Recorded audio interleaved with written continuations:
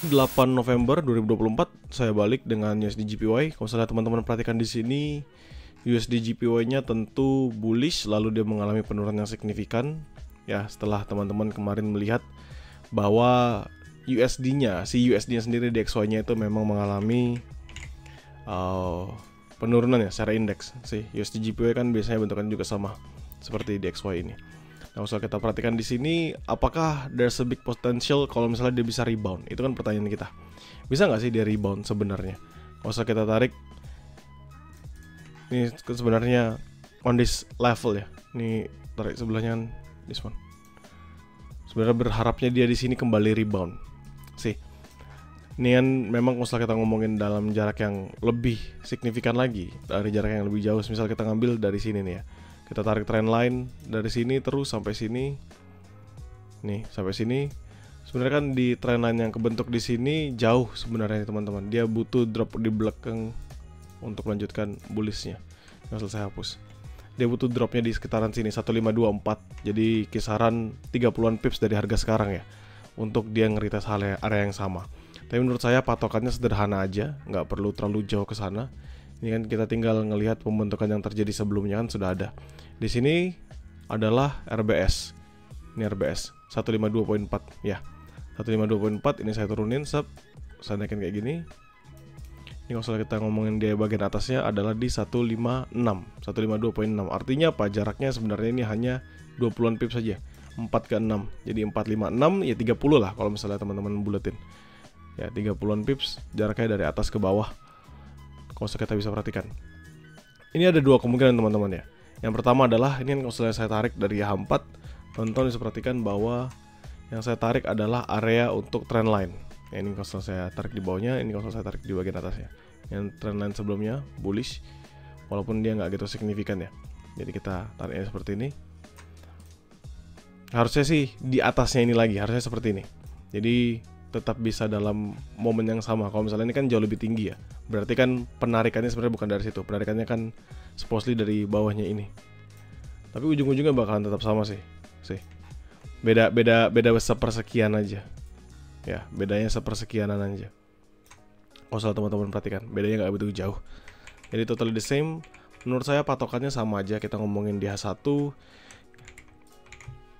Ya, kita ngomongin di H1 1526, 1524 ini akan menjadi base-nya ya, yang akan mempertahankan dari si USD JPY.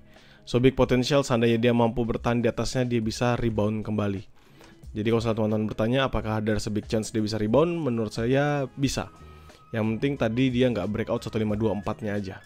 Jadi kalau kita perlu entry, itu adalah posisi pembelian on this one. Ya, jadi perlu retest dulu teman-teman. Perlu di retest dulu. Ini 1519 targetnya. Kalau misalnya bisa paling atas, bisa tinggal di pecah-pecah aja TP1, TP2, TP3 begitu. Jadi TP1 nya di sekitaran sini, ini TP1, ini TP2 nya, dan paling atasnya TP3. Nah, kalau misalnya kita harus pecah. Kalau teman-teman perhatikan dari pembentukan di sini ya, kalau teman-teman perhatikan ini adalah gambaran yang paling oke banget seandainya kita harus entry di USD JPY. Nah, catatannya tinggal saya tulis nih biar teman-teman nanti nggak lupa dan tidak kerepotan. Ini berarti kan 152469, jangan sampai di break nih. Ini 1524, pastikan tidak di breakout. Kenapa nggak di breakout? Karena kita berharap ketika dia drop, it's just another volatility. Jadi dia drop, ngambil volatility ke 152.3 semisal, atau 152.2, 152.1 untuk closingannya tetap masih di 1524. Biar apa? Biar tetap usah kita perhatikan secara line chart, itu dia dropnya dan stay-nya tetap di area yang sama. Pertanyaannya adalah kalau misalnya dia ternyata break bagaimana? Maka the best way untuk kita bisa buy lanjutan atau buy lanjutan yang kedua adalah di bawah sini. Misalnya saya patok 1516, bedanya 100 pips ya. 1513. Ini usah ngambil saya paling bawah. Yang ini sih sebenarnya patokan 1516-nya aja, jangan sampai di breakout. Jadi either kita bisa makannya di sebelah sini seperti tadi, misalnya dia drop untuk lanjut naik, atau ini kita pindahkan ke bawah sini. Jadi kalau saya tariknya seperti ini. Jadi ya just based on this two aja. Dan ini ingat ya, ini kan trend line-nya yang tadi kita tarik, seandainya dia berhasil break the trend line kan memang supposedly dia akan mengalami penurunan. Cuman menurut saya lebih better kita usahakan mencari 2 kali buy, either kita buy di sini seandainya dia nggak breakout 152.6, 152.4, atau mungkin nanti di bawahnya lagi seandainya dia kan strong.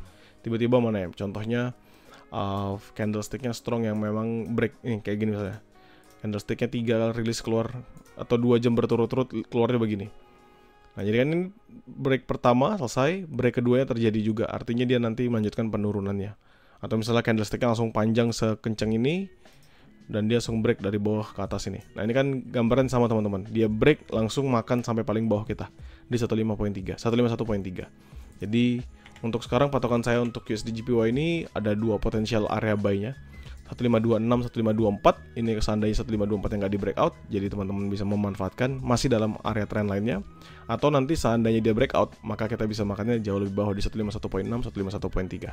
Semoga membantu buat teman-teman sekalian.